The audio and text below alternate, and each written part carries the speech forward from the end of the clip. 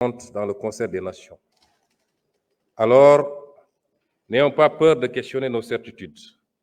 N'ayons pas surtout peur du changement.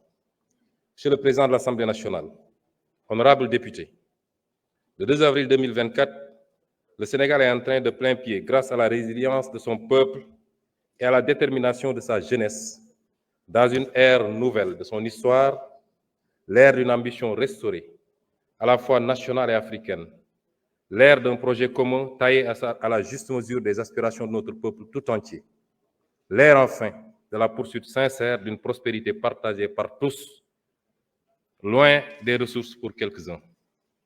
Cette ère nouvelle est une rupture, oui, en phase avec les orientations et l'exemple posé par le président de la République, son Excellence M. Bassirou Diomaye Diakhar Faye. Il échoit à toute la nation sénégalaise de rompre de manière ferme et résolue avec certaines façons de penser et de voir notre cher pays, ainsi qu'un bon nombre de pratiques établies. Cela va sans dire, cette rupture impérieuse s'applique au premier chef au gouvernement d'alternative démocratique éclatante dont j'ai l'honneur et le redoutable privilège d'être le Premier ministre.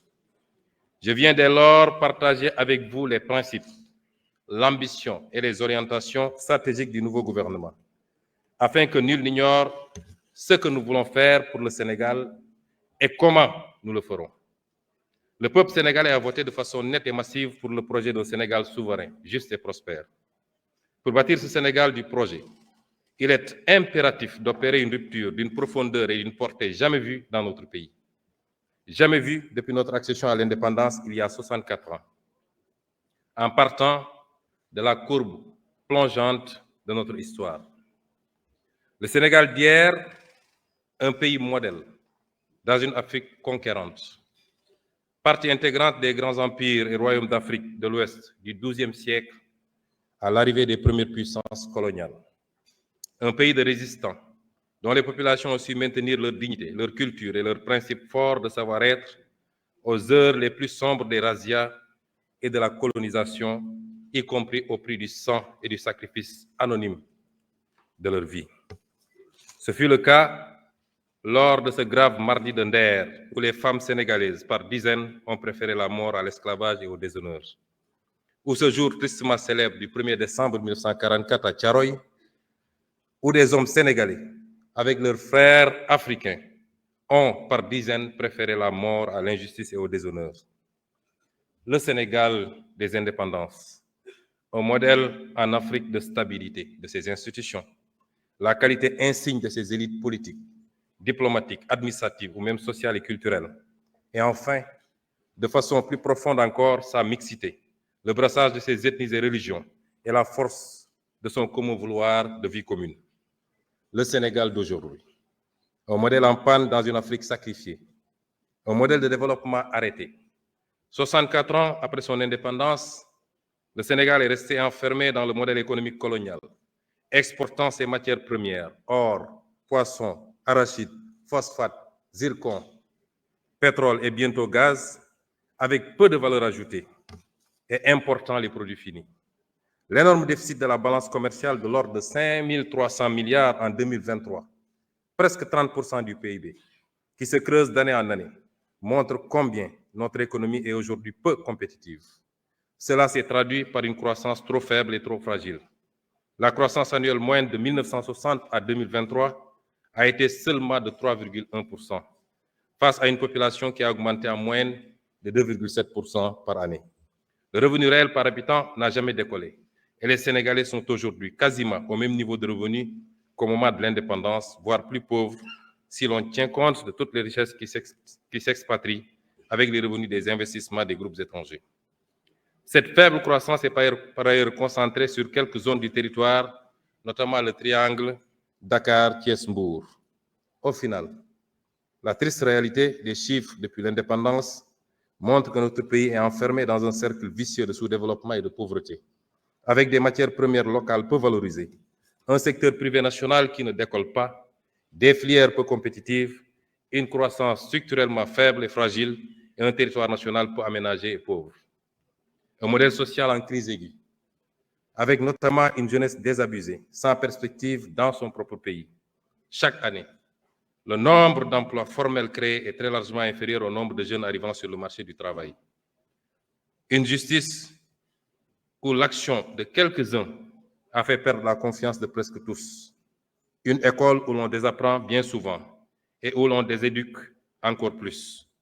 Un modèle démocratique fortement fragilisé qui a su rester debout grâce à la résilience des millions de Sénégalais, d'Est en Ouest, du Nord au Sud. Notre peuple, notre précieuse démocratie a vacillé, mais elle a tenu. Dieu merci. Hommage au peuple sénégalais, en particulier à sa jeunesse, pour la lutte qu'il a menée pour préserver ce modèle démocratique, cette force vitale pour la résistance démocratique. Chers jeunes, chers concitoyens, nous devons désormais la mobiliser pour le développement du pays. Toutes ces régressions que je viens d'énumérer de notre pays s'illustrent de la manière la plus dramatique dans la situation que nous avons héritée du régime sortant. Je m'en vais vous faire en quelques lignes l'état des lieux et les mesures immédiates de redressement, puisque le programme ou les projections que je vous ferai plus tard ont déjà démarré depuis 8 mois. Monsieur le Président de l'Assemblée nationale, honorables députés, les actes que le Président de la République a posés depuis sa prise de fonction manifestent clairement ce tournant que notre nation se doit de prendre pour restaurer le crédit de l'État et de l'administration publique devant le peuple, ainsi que pour redresser toutes les dérives précitées. En effet, dès sa prise de fonction, il a chargé le gouvernement de mettre en place un plan d'action d'urgence dans l'attente de l'adoption du nouveau référentiel des politiques économiques et sociales. Dans ce cadre, le gouvernement a enregistré d'importantes réalisations au cours de ces 8 derniers mois qui ont balisé le chemin à la vision d'un Sénégal souverain, juste et prospère, ancré dans les valeurs fortes. Nous nous sommes tout d'abord attaqués à la mère des batailles, à savoir l'établissement de la situation de référence des finances publiques, de l'état des lieux des contrats au niveau des secteurs stratégiques et la reddition des comptes. Bref, un Sénégal juste plus que transparent et au meilleur standard de la bonne gouvernance. À cet égard, nous ne pouvions pas nous imaginer un seul instant que le mal était si profond. L'audit des finances publiques sur la période du 1er mars 2019 au 31 mars 2024 est à ce point particulièrement révélateur des dérives du précédent régime, avec notamment les niveaux du déficit budgétaire et de la dette publique minorés.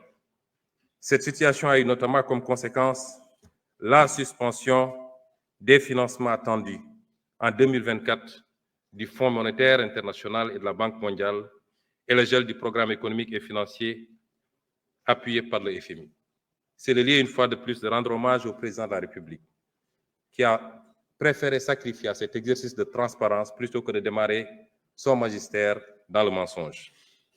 Il nous est également apparu indispensable, dans l'environnement laxiste ayant prévalu durant le dernier régime, de procéder à la revue de tous les contrats signés dans les secteurs stratégiques, en vue de nous assurer de leur conformité à notre législation. Maximiser les retombées économiques et sociales pour notre pays et préserver les ressources pour les générations futures. Outre ces travaux, l'exigence de reddition des comptes a été étendue aux nombreux chantiers payés non achevés, les hôpitaux, les écoles et universités en construction, les maisons de la jeunesse, et j'en passe, aux soupçons de corruption, de surfacturation et de détournement de fonds dans des projets et sociétés d'État.